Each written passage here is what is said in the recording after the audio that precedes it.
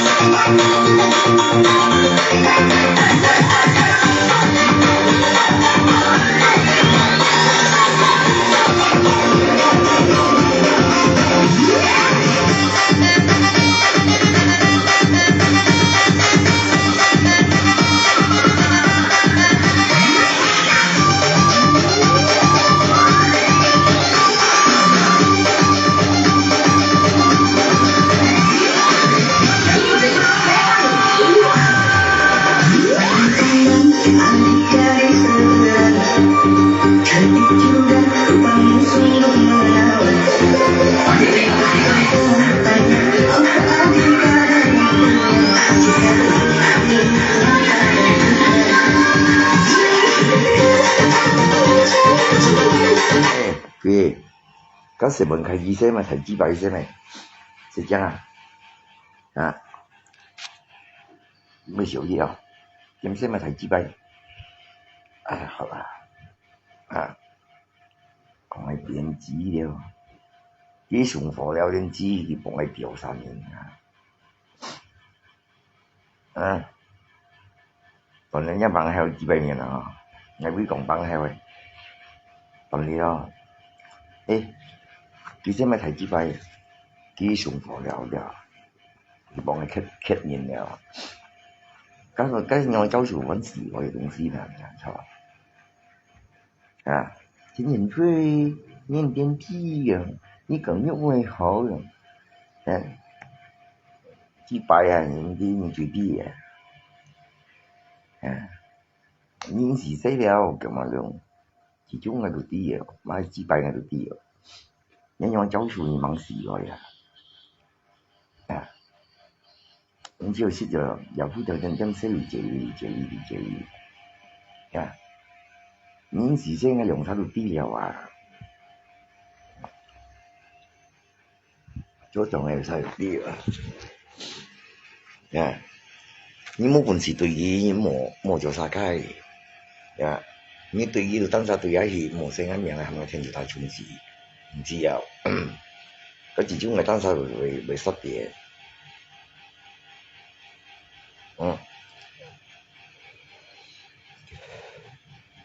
即係了，啲錢缺ngay了，咪當咪時缺啲，ngay唔ngay？佢始終喺度啲了，我暗啲度我咪講你聽啊，嚟沙塊嘅，呀，我當咪時缺啲，你缺啲一呀，嗬，缺咪提紙幣，咁聲係都三樣聲咪提紙幣，你缺咧佢就真得，因為講係始終喺度啲喎，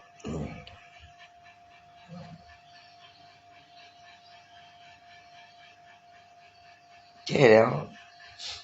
誒話以前聲一命啊，就差唔多啲咩事，格嘅得啦，你唔格嘅，唔格嘅啦。前時當媽以前以行嘅雙肩咧，雙酷未成咗啦，你先唔格嘅，你知幣，你係唔忙啊？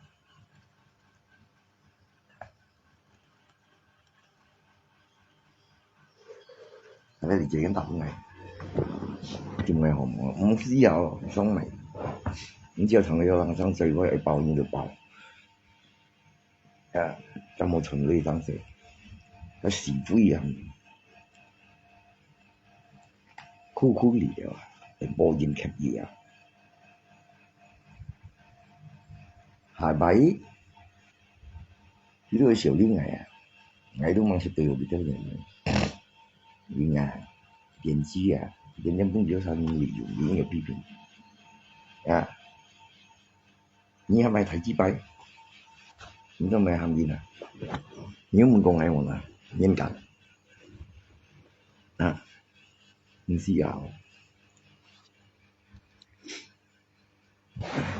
你覺得點樣？係啊？咪至少我本諗下都係咁嘅，跟住啲了。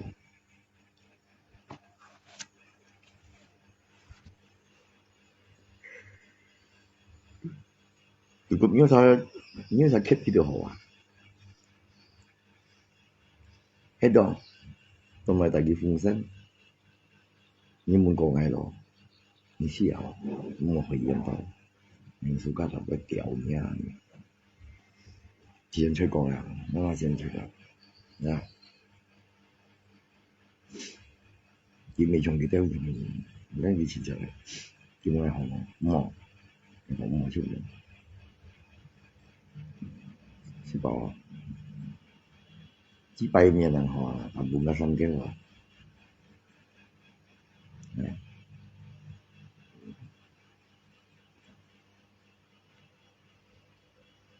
做費都係而家好熱嘅，咁要看人先，每個技術每個對，每個技術每個唔對，什麼人而家都要看人先，啊，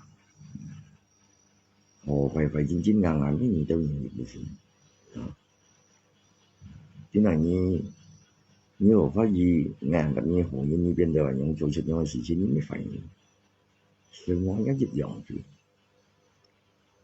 可能佢啲係出樣嘅女人，或者老人家，佢而家看清楚了，很做好人，咁又乜係冇好人啊？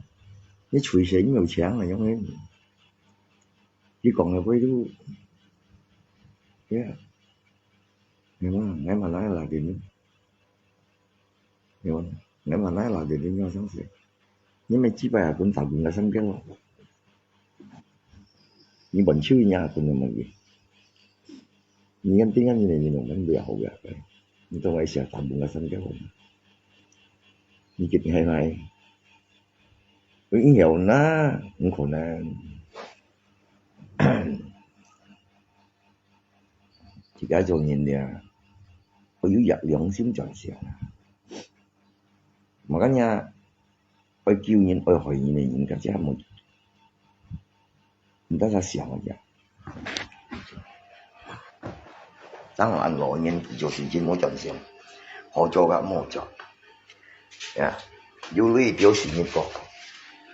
啊，去欺负人、傷害人多啊！都明㗎，啱冇得知嘛，我咪無數啊，幾百面的哈，俺面是沒無數啊，你睇我你冇能講咩表演下，我最是沒無數嘅面啦，我是冇能嚟呀，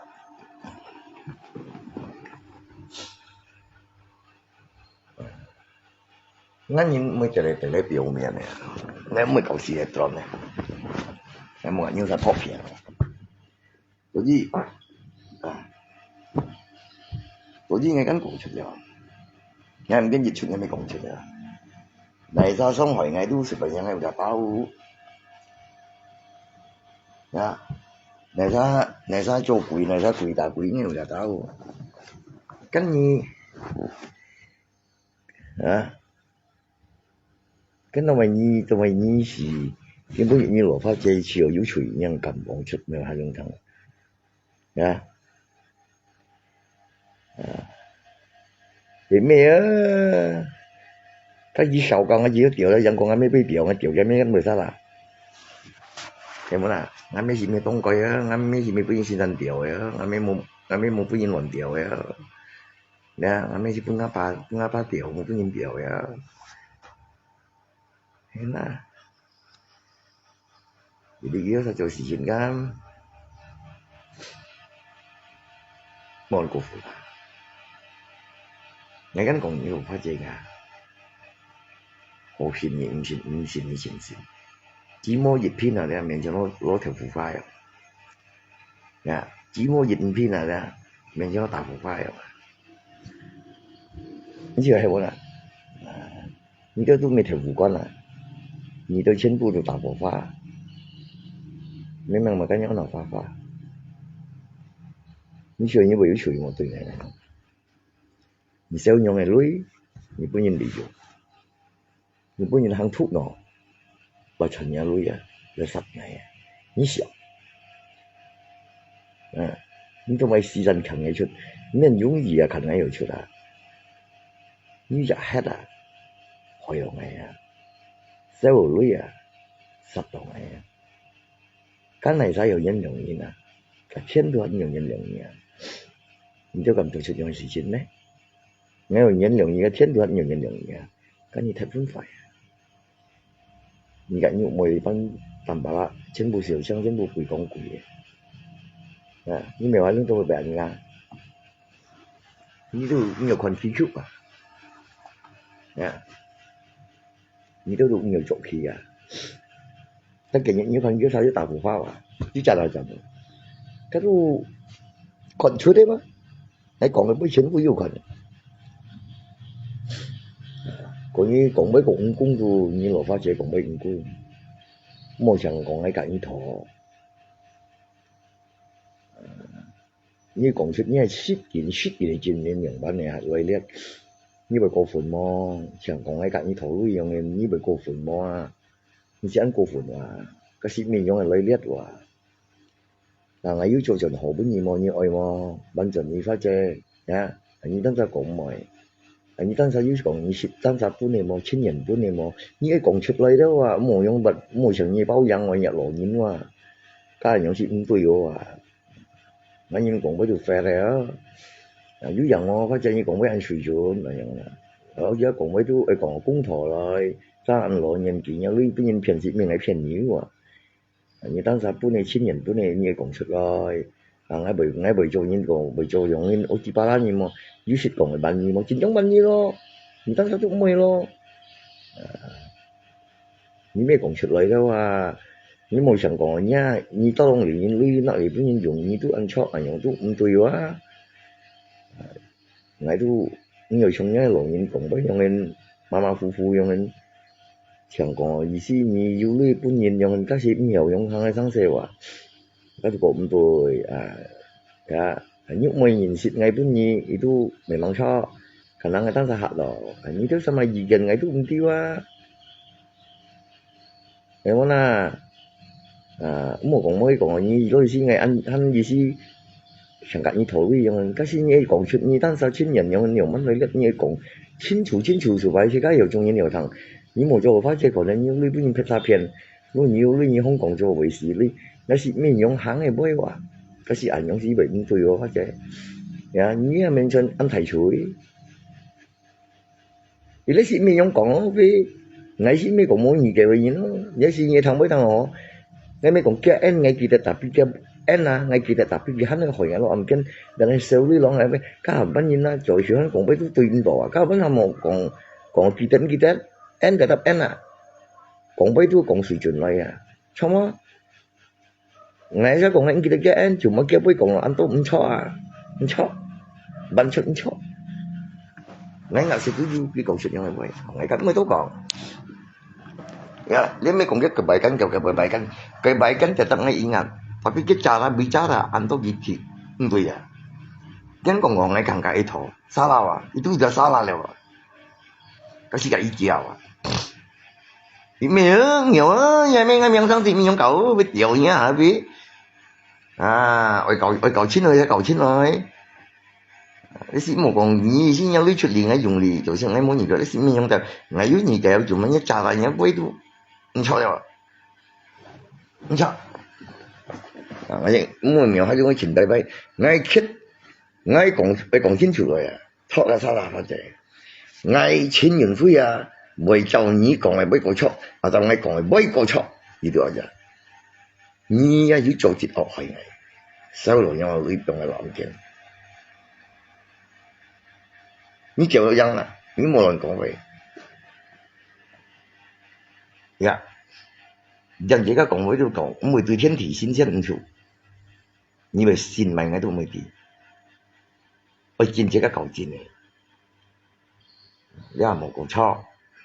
人你明話用傾呢出都唔錯，全部人唔錯，你錯呀，親愛的，你講出嚟，你否則對我講嗰樣錯啊，唔得唔錯，有時錯嘅或者你勤力出嚟，我嘅日間你講嗰時，假設你冇嚇到嘅或者假設變成是咩嘅回應事咯，你是係要做節學生用啲上嘅攞唔見咯。itu sudah salah kan? Kenapa ini yang salah? Như vậy đấy chủ yếu sẽ mấy, ngay nhiều cái sẽ à, ngay ở nhân lượng nhé cái, ý思nhé cái em chập vào cổ, tapi cái thiên nhiều à, nhiều quý à, như vậy từ cái chủ mấy, ship đại nhân rồi.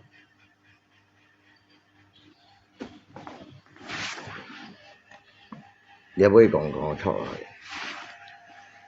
Ngay mấy gặp tao cái đang những sao phát triển cái gì ngay tao ngay suy nghĩ gì đó là vậy cái nhân nhà bên tầm bạ đã phát triển cái nhân bên nhục môi cả cái小商嘅班人過嚟咗內面啲班人利用嘅唔緊呀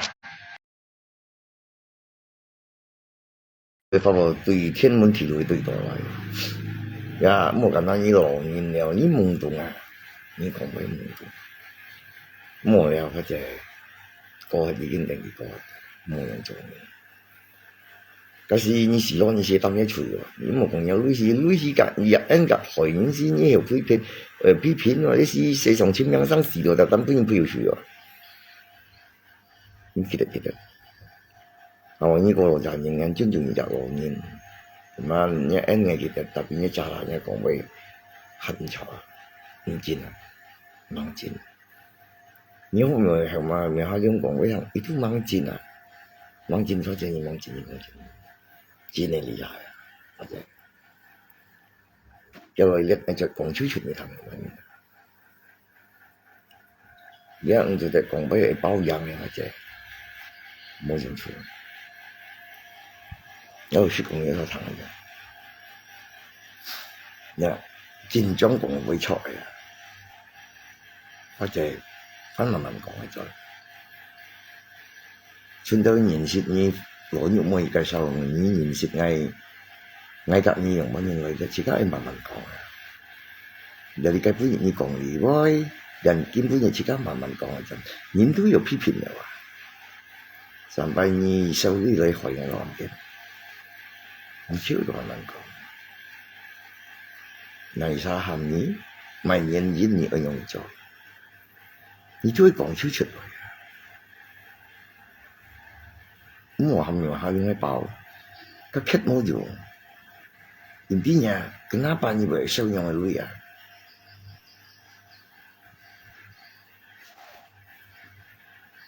啊，咩？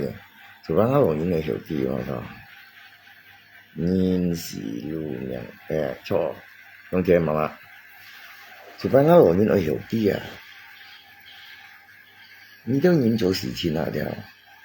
有得做安排出了，或者你有得做出安排出的事情，本人利用啊！你唔相信我，你相信羅玉梅，你相信鄧伯啦，你相信小強，你都勉強攞鬼啊！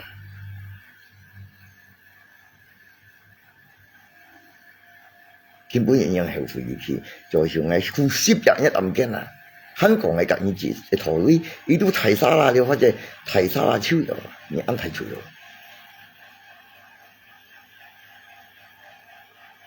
你而家講係講叫嗌多食，你講本嗌唔會多講，做小心行善。人千人本嚟，我要跟你討跟你食，你都勉強講本。你當時講咩都講，我講嚟跟你討，我係辦你嘅指示32條，你當時都唔會啊，你唔會啊，或者明嗌都做業務工人咯，唔對咯，唔對出唔對。對到就嚟，我咩辦法講咩？跟他半夜回來一頓，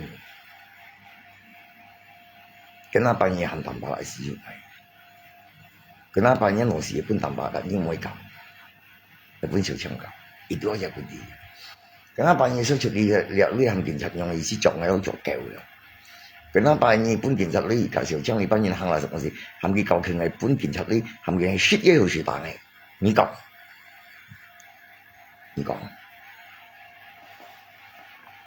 好，你講先，幫你講。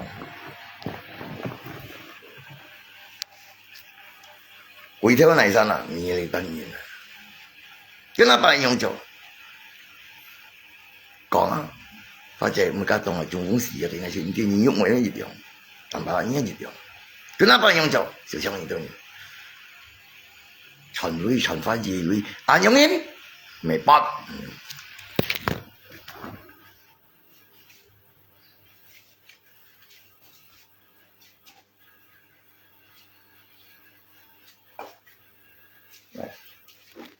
錯我俾嘢冇嘛，嘢冇啦喂，發正我俾嘢冇發正。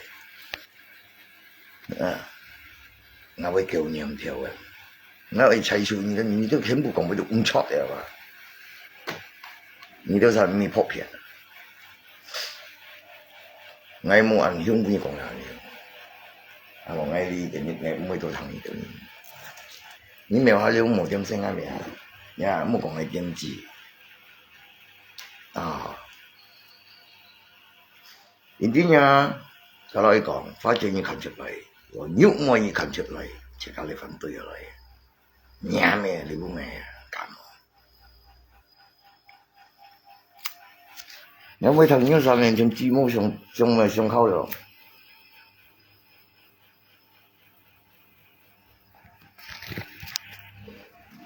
剛剛你上嚟那個之前以為是來本有你未係你看到，來本小槍嚟騙到，收唔準，佢咪變發貨，肉咪一點到。佢咪咁嘅死痕嚟面上吐出嚟，跟你眼明係害你到你都係害你當時，就咪當白啦，因為咁明係害你或者，你當時嗌本肉咪你一面當白，你本面搞明係搞面。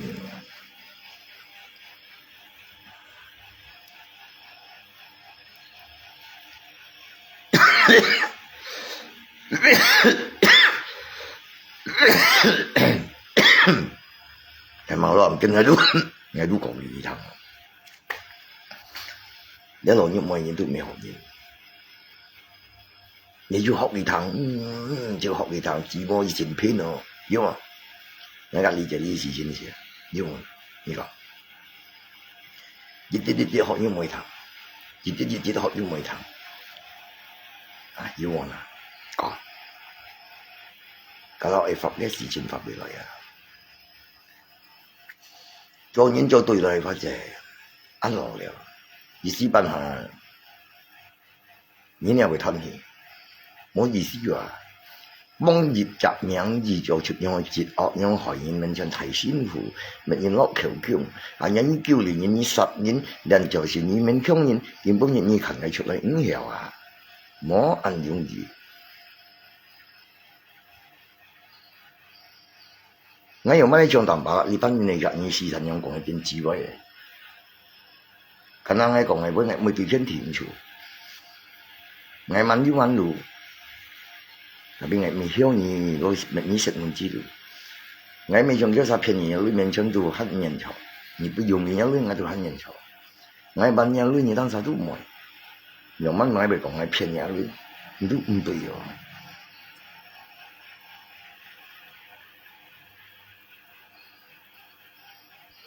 就算我辦嘢裏你唔會啊，就算你學嘢攞唔見你有問題冇對，你睇住惡唔見。你當時要做出嘅事情，唔係滿意呢句話。我要呢個計事咯，或者我出下路。唔單止唔係揾正面有，唔單止講就佢因為緊要唔係辦法咯，你本應就將政府名嚟講嘅，你講就，咁樣係噴嘢啊！呢句話你都冇俾有 M 啊！目的要。見面就吵啊啥啦，全部都要係理由，跟他班人未作出，跟他班人未作狼人未作出樣嘅事情，每一年而家眾人馬馬虎虎，我突然之間有啥個撲片嘅，唔應該，你朝先嘅做節學。你當白啦，要做節學啊！剛剛嘅演出一樣，你要唔可以做太節學啊？回頭都係你，或者太認知嘛。我應講乜叫觀台？咩係肯費？我唔知，我名生意咪真係唔知啊！唔識係到呢了。擒錢人飛，錢人飛又可以擒出來。我又講出嘢，我又發覺，我這陣禮貌也行，每對天提醒先唔錯嘅。這邊人你學嘢，我唔跟你出門接吧，你安排出嚟。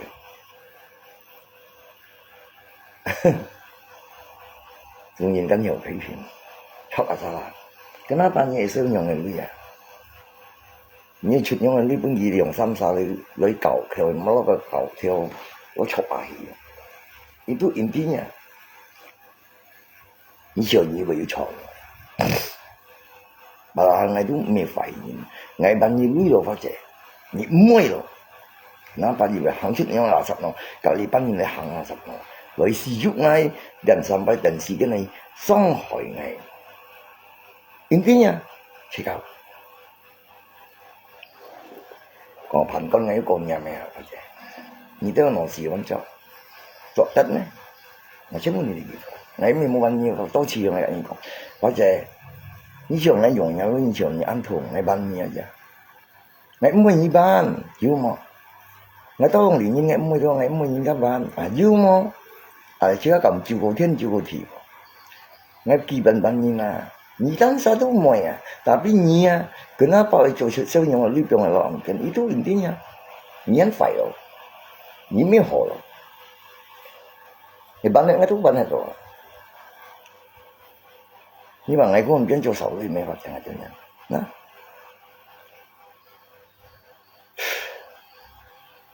你會驚啊？學人哋都係話唔驚啊，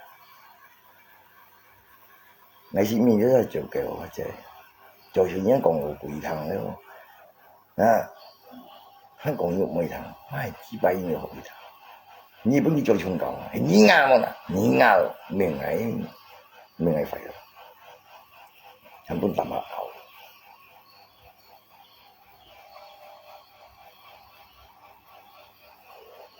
老法的事情啊，反正係希望有睇到，希望在做違法去幫你當殺手，你肉賣小槍蛋白啦，你把人全部夾落擺到，全部弄錯，要解決的事情啊，錯啦，就來講。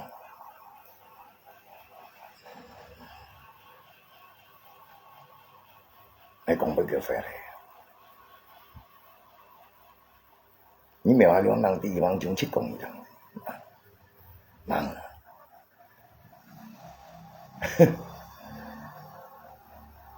你連續嘅支持保持當我為多個淡馬嚟啲，你講，你小聲啦，每日警察都你話係唔掂嘅，點啊？你愛bomb你啊，唔bomb你啊！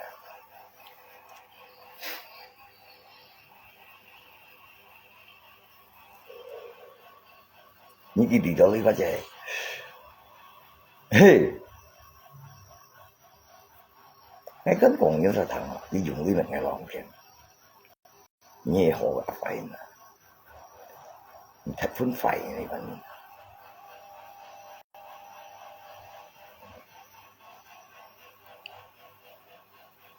有時吵了，你已經哦。你家3年都太極惡，對天地心先唔錯，害人傷害人，為錢人為錢來騙那老咩類，人來亡活藝啊，太極惡你都，你發覺太極惡，小出樣嚟呢樣害人亡嘅，你咩太極惡？太極惡啊！愛吵就跟你吵，愛講對就跟你對，愛企個騎個向嚟，實馬冇票，一條嘢都變啦。咁啊！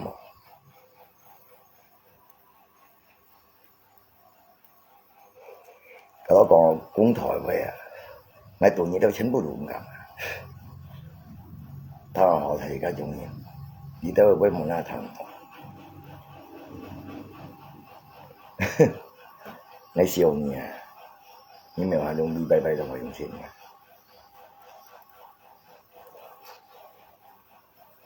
啊！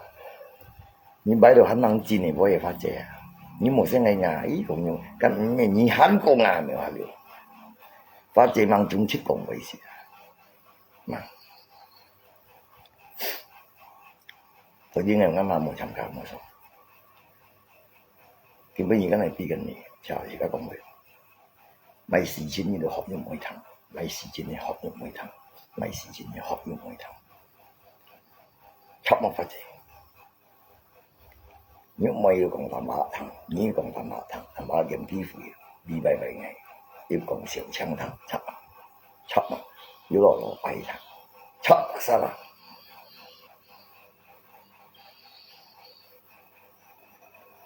搞到發達，即係劇報香嚟，泥沙片泥沙屎啊咁啊！面前就得咩半差長時啊，得香事，你冇看見其實事超。咁喎，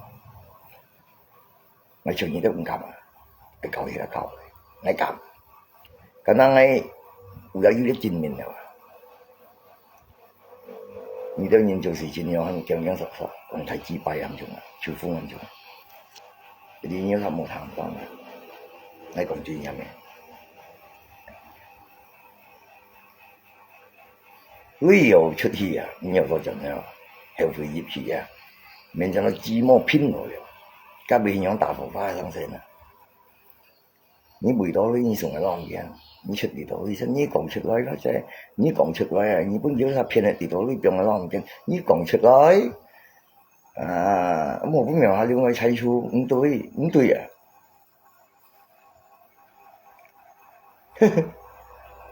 我又揾自己人搞，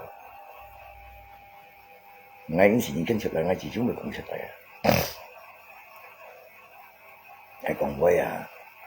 你同人吃夠香來，你都費心思嘅人，要跌落表示人對叫幫錢人特別講威，我唔會講人家聽，我唔會特別，你講，特別你講啊！你得尽量实际的买了啊。你話你勤藝出來發現你要幫人背，冇，你太折惡。你叫藝品叫藝咯，藝品呀你都很美，品呀累你都很美，你太折惡。藝品要幫你啦，karena itu藝品你都很美，人基本以後係幫你襯嘅，唔曉你都一樣嘅。